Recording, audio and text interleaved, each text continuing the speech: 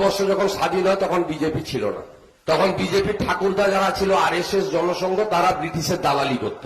BJP তো ভারত স্বাধীন হওয়ার সময় ছিলই না। কি করেছে বলুন না, আমাকে দুটো ইনস্টেন্স দিন। মুচলেকা লেখা ছাড়া আর কি করেছে? আমাদের বাঙালির রক্তে স্বাধীন এই দেশ, বাঙালিরা তার রক্ত দিয়ে স্বাধীন করেছে, ফাঁসি কাস্টে চলেছে।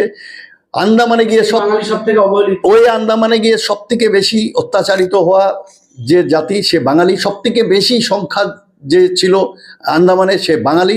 দেশভাগের বলি হয়েছে বাঙালি, দেশভাগের বলি হয়ে তার হাজার হাজার একর অফ ল্যান্ড ওখানে ফেলে আসতে হয়েছে। তার মান সম্ভ্রম, তার রুট, ছিন্নমূল সবকিছু হয়েছে। তো এর থেকে বড় খেসারত অন্য কোনো জাতি ভারত স্বাধীন করার জন্য দেয়নি।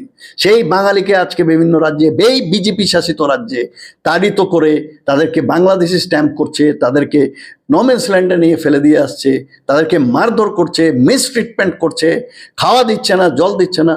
This is complete nonsense. এটা ইমিডিয়েট থামাতে